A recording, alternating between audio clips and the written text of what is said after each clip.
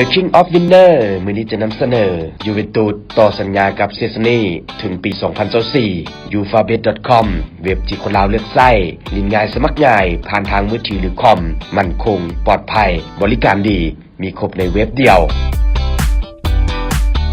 วอสเซเซสนีผู้รักษาประตูมือหนึ่งของสโมสรยูเวนตุสจากการโซซิลาอิตาลีถือว่าได้รับการต่อสัญญาออกไปถึงปี 2024 เป็นที่เรียบร้อยแล้วการเจรจาต่อสัญญาระหว่างเซสนีและสโมสรยูเวนตุสได้ดำเนินมาระยะหนึ่งแล้วและสุดท้ายทั้งสองฝ่ายก็ตกลงกันได้และประกาศอย่างเป็นทางการโดยสัญญาฉบับใหม่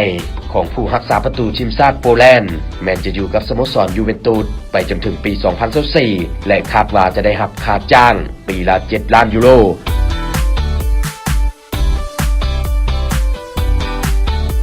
ufabet.com เว็บที่คนลาวเลือกใช้ลิ้นง่ายสมัครง่ายผ่านทางมือถือหรือคอมอยู่ใส่ก็สามารถลิ้นได้ภายในเว็บเดียวมั่นคงปลอดภัยบริการดีสนใจสมัครสมาชิกทักอินบ็อกซ์หรือกดที่ลิงก์ด้านลุ่มนี้หรือแอดไลน์ที่ @winner88